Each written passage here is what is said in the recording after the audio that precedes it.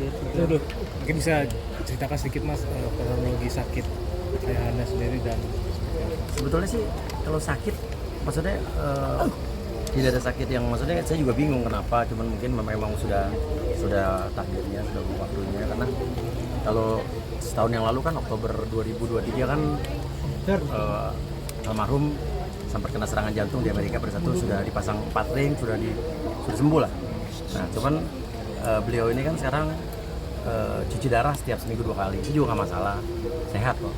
Nah hari 2-3 minggu, sebulan terakhir itu mengeluh punggungnya sakit, dipikir saraf kejepit, kita MRI segala macam, terus dicurigai ada, katanya mungkin ada penyebaran sel kanker, tapi diperiksa darah tidak spesifik ke arah situ.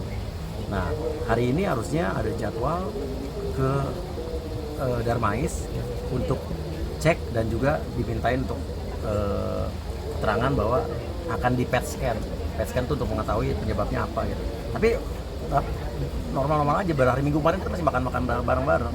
Cuma pas bangun tidur pas udah siap-siap mau pergi ke situ, tiba-tiba kata ibu saya tadi dia mengeluh sesak napas, minta ke IGD, tapi tadi mau dipasang oksigen tapi nggak ada oksigennya. Tapi pokoknya saya coba IGD, tapi pas saya lagi udah mau rapat di Serpong, tiba-tiba ibu saya teriak udah sesak napas sekali. Terus kakak saya dari kantor pulang, tapi kayaknya meninggalnya pas di rumah. Jadi pas mau dibawa di mobil udah nggak ada. Mungkin almarhum sendiri meninggal di usia berapa dan mungkin Usianya 87 tahun. Jadi sebetulnya kalau di KTP itu 86, cuman beliau bilang waktu itu harusnya 87 gitu kan. Oke. Nah kan hari ini sudah berjalan pemakaman sendiri Mas ya. Mungkin ada pesan atau dari almarhum sendiri tentang Mas Uya dan anak-anaknya, terutama bagi keluarga sendiri seperti apa? Kita baru kumpul hari ini dulu. Kemarin. Terus pas baru kumpul kita juga nggak tahu pas pada saat itu hari Sabtu saya lagi lagi ada urusan ini itu, tapi kita sempatkan mampir ke rumah Papa untuk ngasih makanan atau tempura ya. Karena udah malam banget, tapi kita datang ke sana. Padahal hari Minggunya kita emang sepakat sama anak-anak, sama adik-adik, kakak yang lain, sama ponakan-ponakan mau makan siang di sana. Tapi Minggu malam kita tetap datang ke sana mau ngasih makanan. Sempat ngobrol, terus Minggu kita ke sana lagi. Terus di Minggu juga kita disuruh makan apa ya Mama, Papa mesen udang mayones, mesen buncis apa gitu, terus mesen minum yang dia suka, cincau kita bawain. Udah masih ngobrol biasa, cuma masih kesakitan punggungnya kan. Dan beliau juga kita nggak kasih tahu bahwa sempat ada dugaan mungkin aja ada penyebaran sel, tapi kan ternyata di periksa darah juga tidak ada juga. Jadi yang kita tahu pokoknya beliau hari Selasa ini, hari Rabu ini mau ke Darmais untuk PET scan untuk ngecek kenapa penyebabnya tuh apa, tulangnya katanya ada yang hilang gitu ya, ada yang rusak, jadi bikin sakit punggungnya. Tapi tadi pas mau berangkat aja tiba-tiba sesak napas. Sempat ada riwayat jantung atau?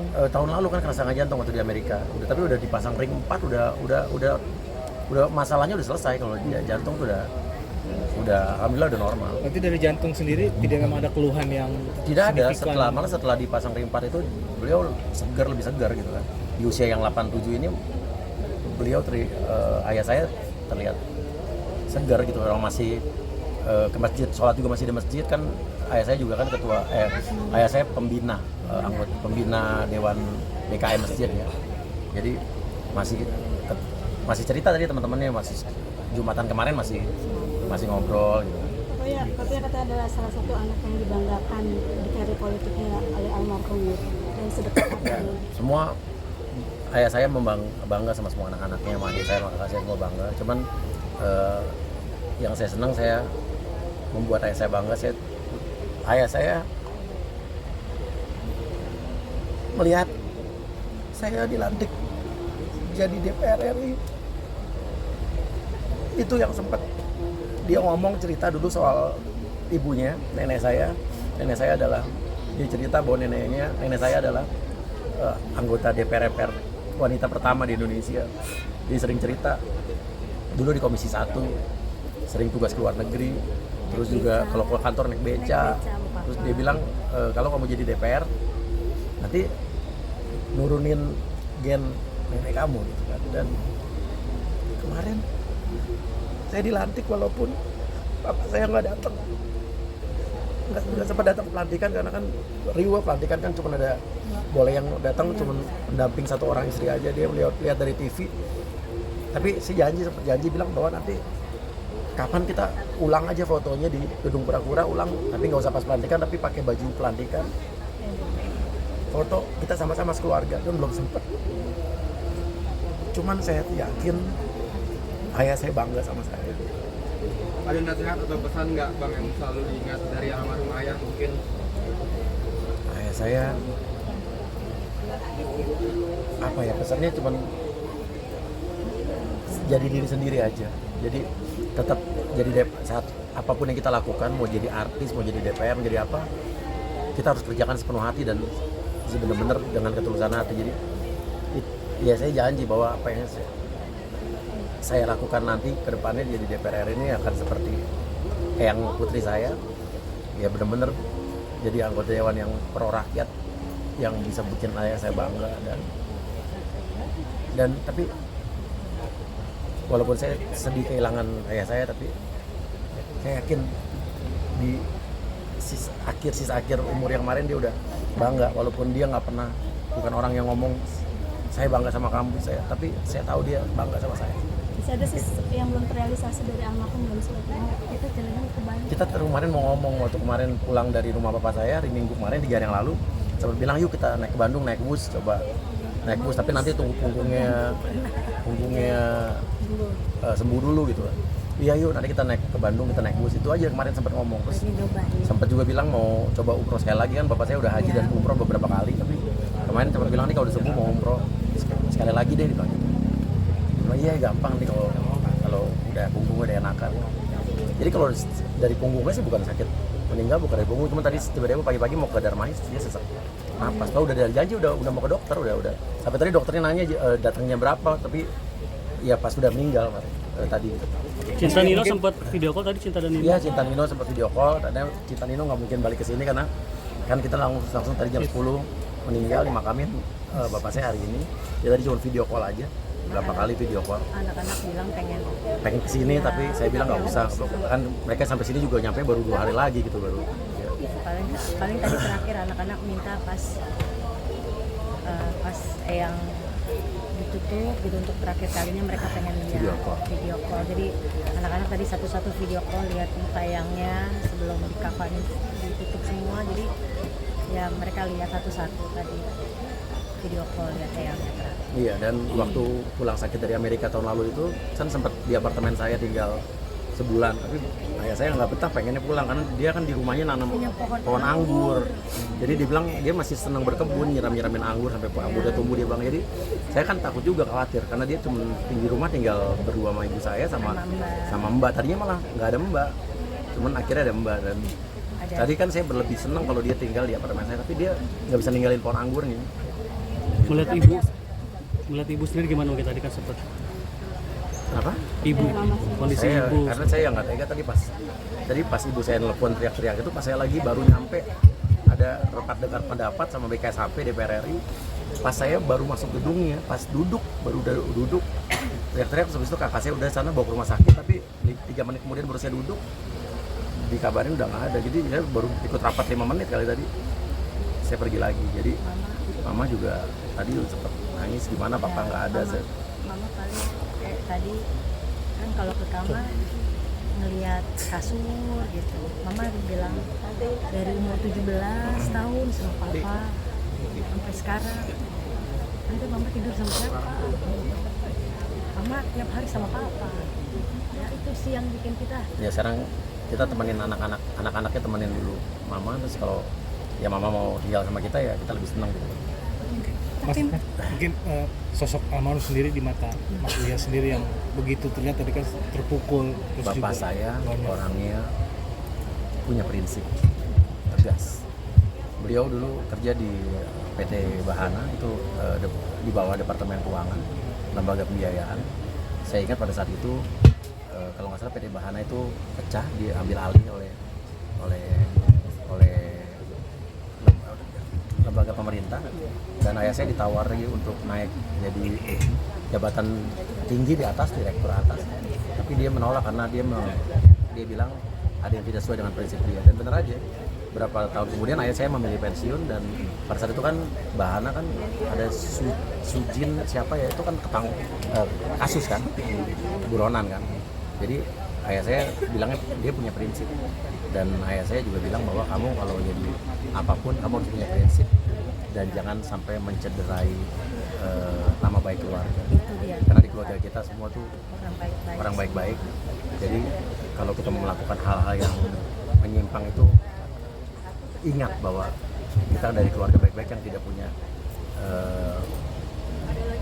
punya nama buruk, tidak punya sejarah jelek dalam hal apapun. Dia tuh orang yang sederhana, ya.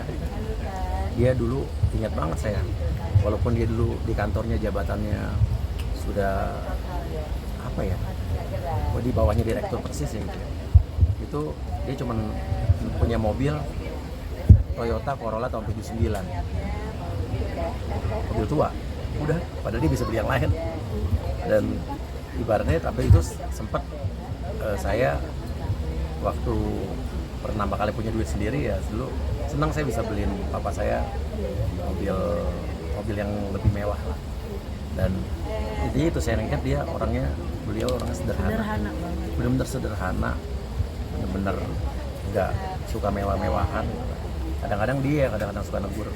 Waktu saya zamannya flexing dulu, main sih pakai begitu-gitu. Enggak, udah habis, saya udah juga enggak, udah 4 tahun terakhir udah enggak lagi.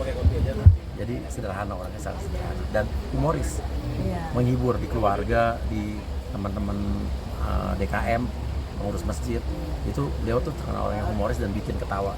Kalau ngumpul keluarga tuh ketawa, orang-orang pasti ketawa. Dan kita alhamdulillah sempat kemarin tanggal 5 Juli ulang tahun kemarin ke 87 sempat bikin acara ulang tahun besar buat seluruh keluarga sekaligus tasakuran kita. Dan beliau senang karena semua keluarganya yang dari luar kota, dari luar Jawa pun datang. Adiknya, semua saudara-saudaranya, kakaknya, semua ponakannya, semuanya sampai Cinta datang ke Indonesia, Cinta Nino dan Indonesia. Dan dia senang banget, dia bilang senang banget, dia bilang oh datang. Dan ya kita bersyukur kita di tahun ini dia senang banget. Pernah dibikin pesta ulang tahun kemarin, semua keluarga ngumpul, semua teman-teman kantornya juga ngumpul, teman-teman bekas kantornya juga. Kalau saya paling ingat awal-awal nikah itu sama Uya, biasanya kalau yang namanya pernikahan tuh kan masih ada berantem ya. Beliau tuh orang yang paling, kalau setiap kali kalau kita berantem gitu kan, papa kalau ngeliat saya nangis, dia selalu bilang gini, kenapa kamu bilang sama papa, nanti papa marahin Uya, papa tegur Uya, kamu jangan nangis gitu. Sampai sekarang beliau tuh kayak, saya tuh nggak pernah ngomong ayah mertua, ibu mertua, karena beliau tuh, saya selalu bilang ayah saya, karena itu nggak pernah anggap kita tuh kayak mantu, enggak, dia anaknya. Dan sampai sekarang dia tuh masih nonton berita tiap hari. Komentator politik yang menurut saya dia paling nggak suka kalau ada orang-orang yang aneh-aneh di politik tuh, dia pasti komentarin udah jangan kayak begitu, jangan kayak begitu. Dan dia sampai sekarang aja masih otaknya bekerja, di akhir hayatnya masih suka ngitung-ngitung, suka nulis, suka analisa, WhatsApp kita. Nanti kerja yang benar. Kadang-kadang ngasih referensi bahan-bahan bacaan, bahan berita dikasih sama dia.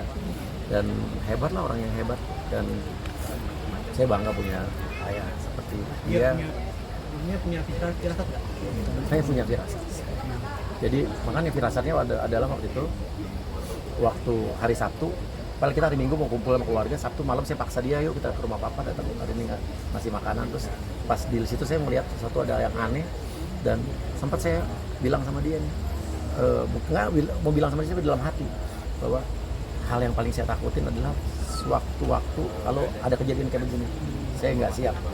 Hari ini terjadi dan kemarin waktu ayah saya bilang mau umroh lagi dong, nggak tahu saya bisa nggak ya. Itu Ini kayak pesan dari dia ya. Dan sebenarnya supir saya juga cerita baru 2 hari yang lalu supir saya ngantar makanan, ngantar obat ke rumah bapak saya, dan malam-malam jam 11 malam suruh masangin lampu. Dan dia cerita waktu itu papa saya meluk supir saya, dia dipeluk. Dia itu nggak tahu. Ya bapak saya orangnya baik banget. Baik banget. Terakhir mungkin apa yang disampaikan dari pihak keluarga kepada Handayani untuk sudah sempat datang untuk meminta maaf atas segala macam ucapan duka bela sungkawanya. Iya, terima kasih buat orang-orang, teman-teman, saudara-saudara yang sudah datang hari ini, yang sudah mendoakan, sudah kirim bunga, sudah kirim WhatsApp. Belum saya buka-buka ini karena belum sempat buka-buka WhatsApp. Terima kasih banyak dan mohon dimaafkan kalau ada kesalahan yang tidak disengaja atau tidak disadari oleh ayah saya. Dan kalau ada masalah hutang piutang segala macam, kabarin ke keluarga. Tapi saya yakin tidak ada harusnya. Dan ada satu hal yang saya akan selesaikan. Ayah saya cerita tahun lalu bahwa dia masih punya persoalan tanah yang dikuasai oleh developer. Dia punya tanah, nggak gede sih, di Desa Bedahan, Sawangan. Tanahnya tiba-tiba yang punya sertifikat milik sudah berdiri developer real estate. Dia pada saat itu ngurus kanan kiri Pondok-Pandi, nggak bilang saya, nggak cerita saya, baru cerita dia satu tahun yang lalu. Jadi saya janji ini kan saya selesaikan mafia tanah di Desa Bedahan itu, termasuk orang-orang aparat desa yang belum terlibat saya akan singkat. Ya, saya akan urus ya. Dan pihak developer, ketua itu mengurusin bolak-balik dan tidak cerita sama saya. Saya baru cerita tahun lalu. Dan saya akan urus ini, hati-hati buat developer yang merasa menduduki tanah ayah saya dan keluarga saya di situ. Ya hati-hati aja. Berarti masih ada pekerjaan untuk almarhum sang ayah. Karena sebelum beliau sakit, saya udah ngomongin Bang Martin Simanjuntak sama satu pengacaranya lagi dan mengurusin ini, tapi ayah saya keburu sakit kemarin. Itu tuh Tahun lalu itu yang di mana? beli dari gaji ayah. Beli dari gaji dia dan itu ditudukin sama ya real estate udah jadi developer itu. Dan itu juga lagi bermasalah. Dan udah gitu dengar-dengar orang yang menduduki itu dia malah menggugat BPN. Masa BPN digugat? Badan Pertanahan Nasional digugat. Ini udah mafia dan ini saya nggak terima, saya akan selesaikan. Bener, saya akan selesaikan.